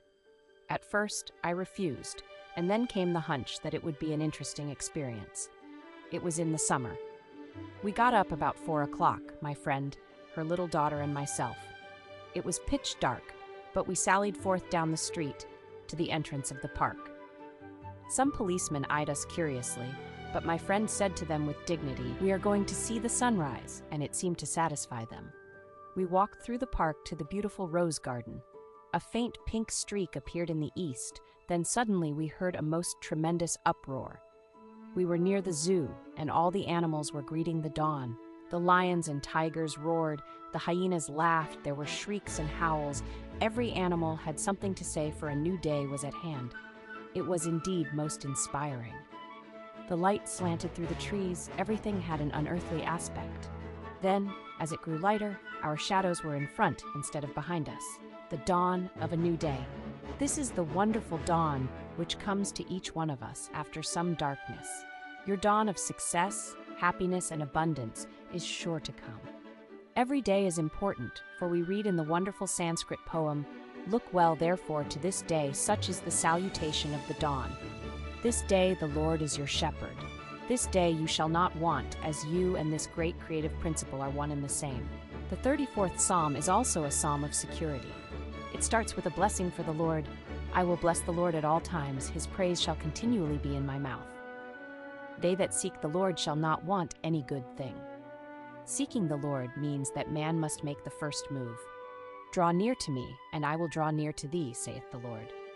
You seek the Lord by making your affirmations, expecting and preparing for your good. If you ask for success and prepare for failure, you will receive the thing you have prepared for. I tell in my book, The Game of Life and How to Play It, of a man who asked me to speak the word that all his debts be wiped out. After the treatment, he said, "Now I'm thinking what I'll say to the people when I haven't the money to pay them." A treatment won't help you if you haven't faith in it, for faith and expectancy impresses the subconscious mind with the picture of fulfillment. In the 23rd Psalm we read, "He restoreth my soul." Your soul is your subconscious mind and must be restored with the right ideas. Whatever you feel deeply is impressed upon the subconscious and manifests in your affairs. If you are convinced that you are a failure, you will be a failure until you impress the subconscious with the conviction you are a success. This is done by making an affirmation which clicks. A friend in a meeting said that I had given her the statement as she was leaving the room, "The ground you are on is harvest ground." Things with her had been very dull, but this statement clicked. Harvest ground, rang in her ears. Good things immediately commenced to come to her, and happy surprises. The reason it is necessary to make an affirmation is because repetition impresses the subconscious. You cannot control your thoughts at first, but you can control your words, and Jesus Christ said, "By your words you are justified, and by your words you are condemned." Every day, choose the right words, the right thoughts. The imaging faculty is the creative faculty. Out of the imaginations of the heart come the issues of life. We have all a bank we can draw upon, the bank of the imagination. Let us imagine ourselves rich, well, and happy. Imagine all our affairs are in divine order, but leave the way of fulfillment to infinite intelligence. He has weapons ye know not of. He has channels which will surprise you. One of the most important passages in the 23rd Psalm is, "Thou preparest a table before me, in the presence of mine enemies." This means that even in the presence of the enemy situation, brought on by your doubts, fears, or resentments, a way out is prepared for you. "The Lord is my shepherd, I shall never want." Chapter 11. Look with wonder. "I will remember the works of the Lord. Surely I will remember thy wonders of old." Psalms 77:11. The words wonder and wonderful are used many times in the Bible. In the dictionary, the word wonder is defined as a cause for surprise, astonishment, a miracle, a marvel. Ouspensky, in his book Tertium Organum, calls the fourth dimensional world the world of the wondrous. He has figured out mathematically that there is a realm where all conditions are perfect. Jesus Christ called it the kingdom. We might say, "Seek ye first the world of the wondrous, and all things shall be added unto you." It can only be reached through a state of consciousness. Jesus Christ said, "To enter the kingdom, we must become as a little child." Children are continually in a state of joy and wonder. The future holds promises of mysterious good. Anything can happen overnight. Robert Louis Stevenson, in A Child's Garden of Verses, says, "The world is so full of a number of things. I'm sure we should all be as happy as kings." So let us look with wonder at that which is before us. That statement was given me a number of years ago. I mention it in my book, The Game of Life and How to Play It. I had missed an opportunity and felt that I should have been more awake to my good. The next day, I took this statement early in the morning. I look with wonder at that which is before me. At noon, the phone rang, and the proposition was put to me again. This time, I grasped it. I did indeed look with wonder, for I never expected the opportunity to come to me again. A friend in one of my meetings said the other day that this statement had brought her wonderful results. It fills the consciousness with happy expectancy. Children are filled with happy expectancy until grown-up people, and unhappy experiences bring them out of the world of the wondrous. Let us look back and remember some of the gloomy ideas which were given us. Eat the speckled apples first. Don't expect too much, then you won't be disappointed. You can't have everything in this life. Childhood is your happiest time. No one knows what the future will bring. What a start in life. These are some of the impressions I picked up in early childhood. At the age of 6, I had a great sense of responsibility. Instead of looking with wonder at that which was before me, I looked with fear and suspicion. I feel much younger now than I did when I was 6. I have an early photograph taken about that time, grasping a flower, but with a careworn and hopeless expression. I had left the world of the wondrous behind me. I was now living in the world of realities, as my elders told me, and it was far from wondrous. It is a great privilege for children to live in this age when they are taught truth from their birth. Even if they are not taught actual metaphysics, the ethers are filled with joyous expectancy. You may become a Shirley Temple or a Freddie Bartholomew or a great pianist at the age of 6 and go on a concert tour. We are all now back in the world of the wondrous, where anything can happen overnight. For when miracles do come, they come quickly. So let us become miracle conscious and prepare for miracles, expect miracles, and we are then inviting them into our lives. Maybe you need a financial miracle. There is a supply for every demand. Through active faith, the word and intuition, we release this invisible supply. I will give an example. One of my students found herself almost without funds. She needed $1,000. And she had had plenty of money at one time and beautiful possessions, but had nothing left but an ermine wrap. No fur dealer would give her much for it. I spoke the word that it would be sold to the right person for the right price, or that the supply would come in some other way. It was necessary that the money manifest at once. It was no time to worry or reason. She was on the street making her affirmations. It was a stormy day. She said to herself, "I'm going to show active faith in my invisible supply by taking a taxicab." It was a very strong hunch. As she got out of the taxi, at her destination, a woman stood waiting to get in. It was an old friend, a very, very kind friend. It was the first time in her life she had ever taken a taxi, but her Rolls-Royce was out of commission that afternoon. They talked, and my friend told her about the ermine wrap. "Why?" her friend said. "I will give you $1,000 for it." And that afternoon she had the check. God's ways are ingenious. His methods are sure. A student wrote me the other day that she was using that statement, "God's ways are ingenious. His methods are sure." A series of unexpected contacts brought about a situation she had been desiring. She looked with wonder at the working of the law. Our demonstrations usually come within a split second. All is timed with amazing accuracy and divine mind. My student left the taxi just as her friend stopped to enter. A second later, she would have hailed another taxi. Man's part is to be wide awake to his leads and hunches, for on the magic path of intuition is all that he desires or requires. In Moulton's Modern Reader's Bible, the Book of Psalms is recognized as the perfection of lyric poetry. The musical meditation, which is the essence of lyrics, can find no higher field than the devout spirit which at once raises itself to the service of God and overflows on the various sides of active and contemplative life. The Psalms are also human documents, and I have selected the 77th Psalm because it gives the picture of a man in despair, but as he contemplates the wonders of God, faith and assurance are restored to him. I cried unto God with my voice, even unto God with my voice, and he gave ear unto me. In the day of my trouble I sought the Lord. My soul refused to be comforted. Will the Lord cast off forever, and will he be favorable no more? Hath God forgotten to be gracious? Hath he in anger shut up his tender mercies? And I said, This is my infirmity, but I will remember the years of the right hand of the Most High. I will meditate also of all thy work and talk of thy doings. Thy way, O God, is in the sanctuary, who is so great a God as our God. Thou art the God that dost wonders. Thou hast with thine arm redeemed thy people. This is a picture of what the average truth student goes through when confronted with a problem. He is assailed by thoughts of doubt, fear, and despair. Then some statement of truth will flash into his consciousness. God's ways are ingenious. His methods are sure. He remembers other difficulties which have been overcome. His confidence in God returns. He thinks, what God has done before, he will do for me and more. I was talking to a friend not long ago who said, I would be pretty dumb if I didn't believe God could solve my problem. So many times before, wonderful things have come to me.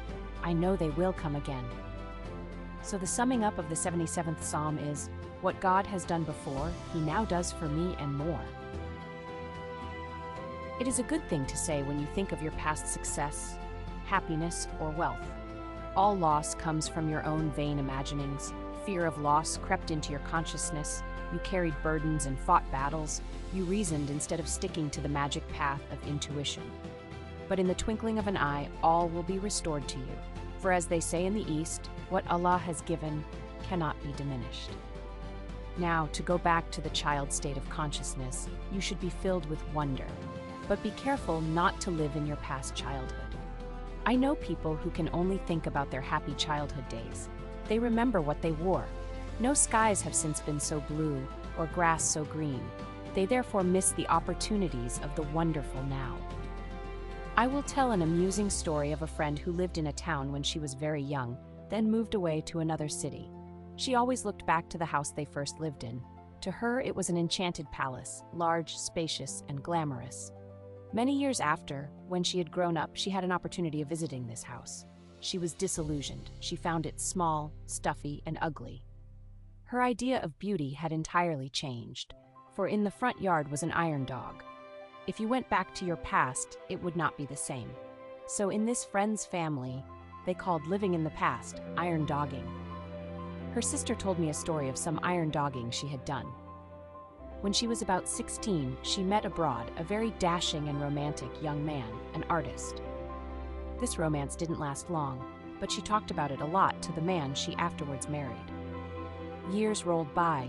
The dashing and romantic young man had become a well-known artist and came to this country to have an exhibition of his pictures. My friend was filled with excitement and hunted him up to renew their friendship. She went to his exhibition, and in walked a portly businessman. No trace was left of the dashing romantic youth. When she told her husband, all he said was, iron dogging. Remember, now is the appointed time. Today is the day, and your good can happen overnight. Look with wonder at that which is before you. We are filled with divine expectancy. I will restore to you the years which the locusts have eaten. Now let each one think of the good which seems so difficult to attain. It may be health, wealth, happiness, or perfect self-expression. Do not think how your good can be accomplished. Just give thanks that you have already received on the invisible plane. Therefore, the steps leading up to it are secured also. Be wide awake to your intuitive leads, and suddenly you find yourself in your promised land. I look with wonder at that which is before me. Chapter 12. Catch up with your good. And it shall come to pass that before they call, I will answer, and while they are yet speaking, I will hear. Isaiah 65:24. Catch up with your good. This is a new way of saying, before they call, I will answer. Your good precedes you. It gets there before you do. But how to catch up with your good?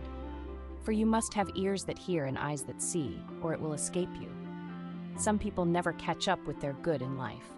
They will say, "My life has always been one of hardship. No good luck ever comes to me." They are the people who have been asleep to their opportunities, or through laziness, haven't caught up with their good. A woman told a group of friends that she had not eaten for 3 days. They dashed about asking people to give her work, but she refused it.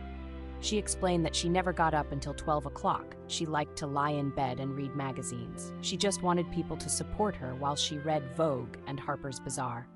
We must be careful not to slip into lazy states of mind. Take the affirmation, "I am wide awake to my good. I never miss a trick." Most people are only half awake to their good. A student said to me, "If I don't follow my hunches, I always get into a jam." I will tell the story of a woman, one of my students, who followed her intuitive leads, which brought amazing results. She had been asked to visit friends in a nearby town. She had very little money. When she arrived at her destination, she found the house locked up. They had gone away. She was filled with despair, then commenced to pray.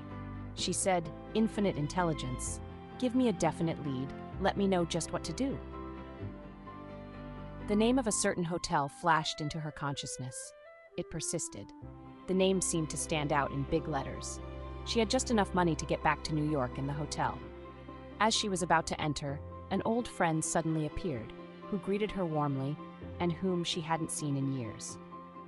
She explained that she was living at the hotel but was going away for several months, and added, "Why don't you live in my suite while I am away? It won't cost you a cent." My friend accepted gratefully and looked with amazement on the working of spiritual law. She had caught up with her good by following intuition. All going forward comes from desire. Science today is going back to Lamarck and his wishing theory. He claims that birds do not fly because they have wings, but they have wings because they wanted to fly, the result of the push of the emotional wish. Think of the irresistible power of thought with clear vision. Many people are in a fog most of the time, making wrong decisions and going the wrong way. During the Christmas rush, my maid said to a saleswoman at one of the big shops, "I suppose this is your busiest day." She replied, "Oh no, the day after Christmas is our busiest day when people bring most of the things back." Hundreds of people choosing the wrong gifts because they were not listening to their intuitive leads. No matter what you are doing, ask for guidance. It saves time and energy and often a lifetime of misery. All suffering comes from the violation of intuition. Unless intuition builds the house, they labor in vain who build it. Get the habit of hunching, then you will always be on the magic path. And it shall come to pass that before they call, I will answer, and while they are yet speaking, I will hear. Working with spiritual law, we are bringing to pass that which already is. In the universal mind, it is there as an idea, but is crystallized on the external by a sincere desire. The idea of a bird was a perfect picture in divine mind. The fish caught the idea and wished themselves into birds. Are your desires bringing you wings? We should all be bringing some seemingly impossible thing to pass. One of my affirmations is, "The unexpected happens. My seemingly impossible good now comes to pass." Do not magnify obstacles, magnify the Lord. That means magnify God's power. The average person will dwell on all the obstacles and hindrances which are there to prevent his good coming to pass. You combine with what you notice, so if you give obstacles and hindrances your undivided attention, they grow worse and worse. Give God your undivided attention. Keep saying silently in the face of obstacles, "God's ways are ingenious, his methods are sure.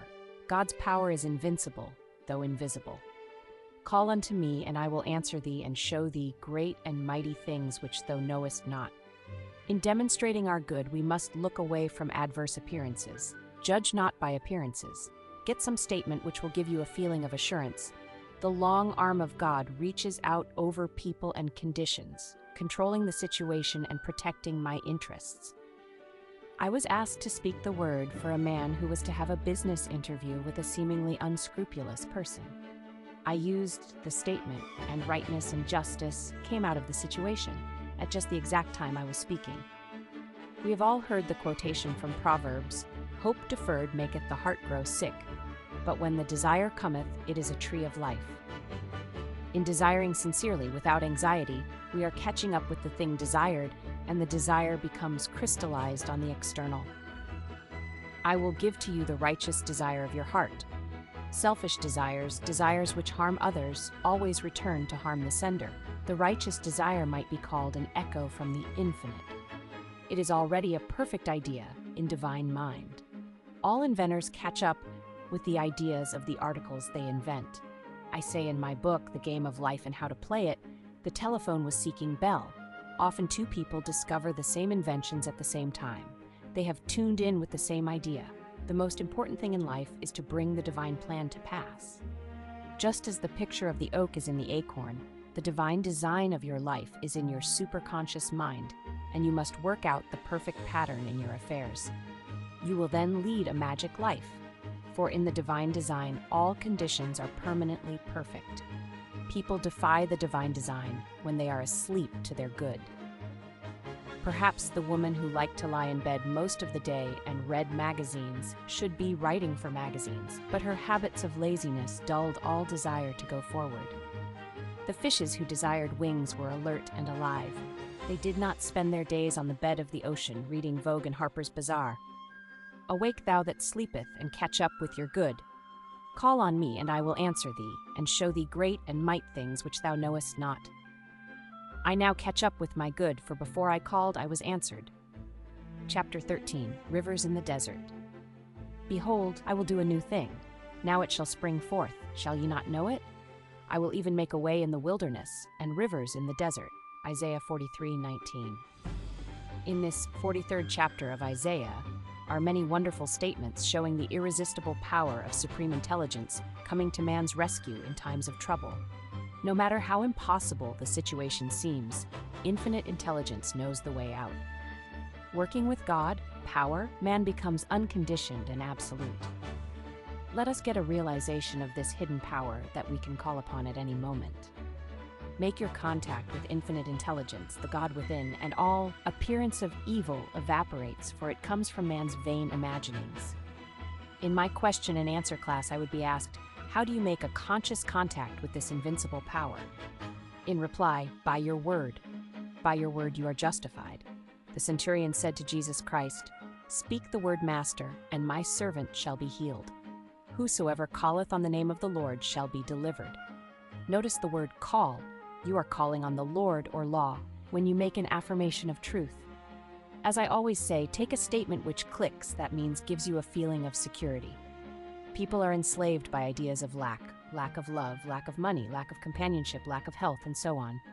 They are enslaved by the ideas of interference and incompletion. They are asleep in the Adamic dream. Adam, generic man, ate of Maya, the tree of illusion, and saw two powers, good and evil. The Christ mission was to wake people up to the truth of one power, God. Awake thou that sleepeth. If you lack any good thing, you are still asleep to your good. How do you awake from the Adamic dream of opposites after having slept soundly in the race thought for hundreds of years? Jesus Christ said, when two of you agree, it shall be done. It is the law of agreement. It is almost impossible to see clearly your good for yourself. That is, where the healer, practitioner, or friend is necessary. Most successful men say they have succeeded because their wives believed in them. I will quote from a current newspaper giving Walter P. Chrysler's tribute to his wife. "Nothing," he once said, "has given me more satisfaction in life than the way my wife had faith in me from the very first through all those years." Chrysler wrote of her, "It seemed to me I could not make anyone understand that I was ambitious except Della. I could tell her and she would nod. It seems to me I even dared to tell her that I intended someday to be a master mechanic." She always backed his ambitions. Talk about your affairs as little as possible, and then only to the ones who will give you encouragement and inspiration. The world is full of wet blankets, people who will tell you it can't be done, that you are aiming too high. As people sit in truth meetings and services, often a word or an idea will open a way in the wilderness. Of course, the Bible is speaking of states of consciousness. You are in a wilderness or desert when you are out of harmony, when you are angry, resentful, fearful, or undecided. Indecision is the cause of much ill health, being unable to make up your mind. One day when I was in a bus, a woman stopped it and asked the conductor its destination. He told her, but she was undecided.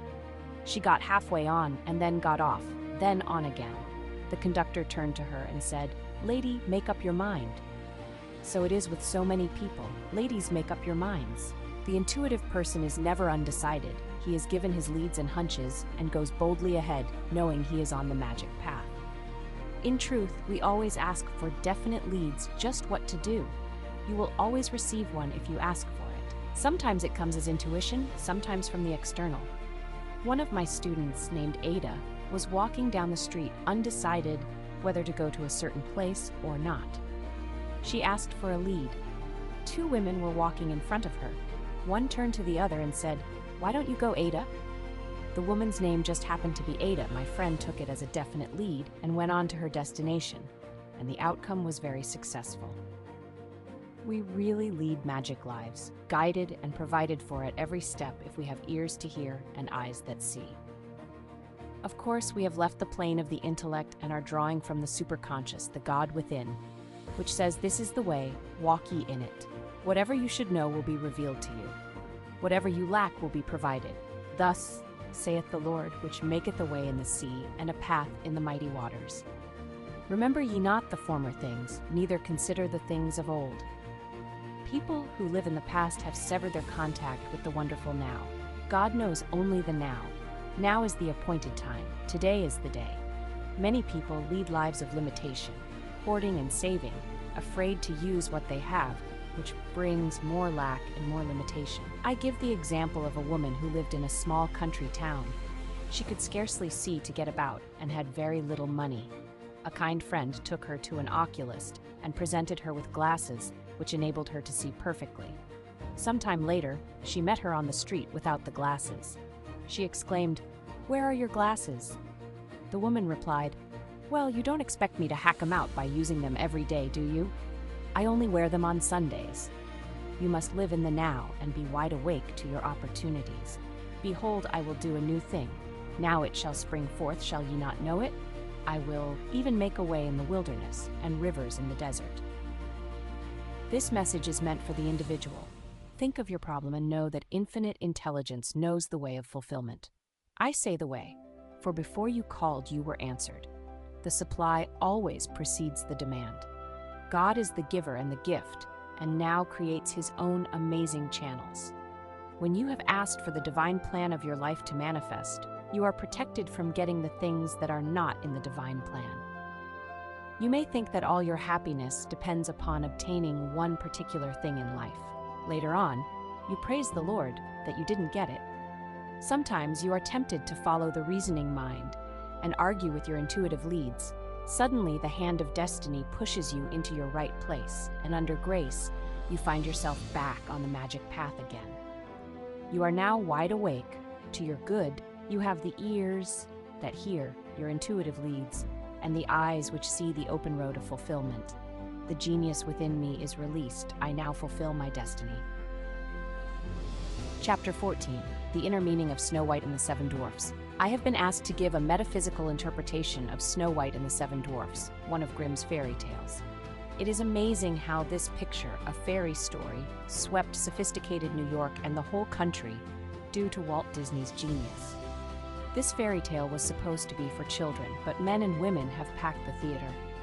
It is because fairy tales come down from old legends of Persia, India, and Egypt, which are founded on truth. Snow White, the little princess, has a cruel stepmother who is jealous of her. This cruel stepmother idea appears also in Cinderella. Nearly everyone has a cruel stepmother. The cruel stepmother is a negative thought form you have built up in the subconscious. Snow White's cruel stepmother is jealous of her and always keeps her in rags and in the background. All cruel thought forms do this. The cruel stepmother consults her magic mirror every day, saying, "Magic mirror on the wall, who is the fairest of them all?" One day the mirror replies, "Thou queen mayst fair and beauteous be, but Snow White is lovelier far than thee." This enrages the queen, so she decides to send Snow White to the forest to be killed by one of her servants. However, the servant's heart melts when Snow White begs for her life, so he leaves her in the woods. The woods are filled with terrifying animals and many pitfalls and dangers. She falls in terror to the ground, and while there, a most unusual spectacle presents itself.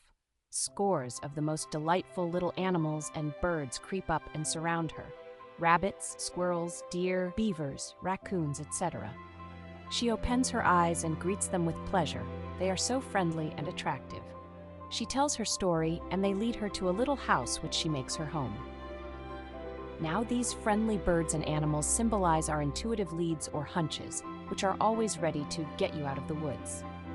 The little house proves to be the home of the 7 dwarfs. Everything is in disorder, so Snow White and her animal friends begin to clean the house. The squirrels dust with their tails, the birds hang things up, using the little deer's horns for a hat rack. When the 7 dwarfs come home from their work of digging gold, they discover the change and at last find Snow White asleep on one of the beds. In the morning, she tells her story, remains with them to keep house and cook their meals, and is very happy. The 7 dwarfs symbolize the protective forces all about us. In the meantime, the cruel stepmother consults her mirror, and it says to her, "Over the hills in the green wood shade where the 7 dwarfs their dwelling have made, there Snow White is hiding her head, and she is lovelier far, O queen, than thee." This infuriates the queen, so she starts off disguised as an old hag with a poisoned apple for Snow White. She finds her in the house of the 7 dwarfs and tempts her with the big red luscious apple.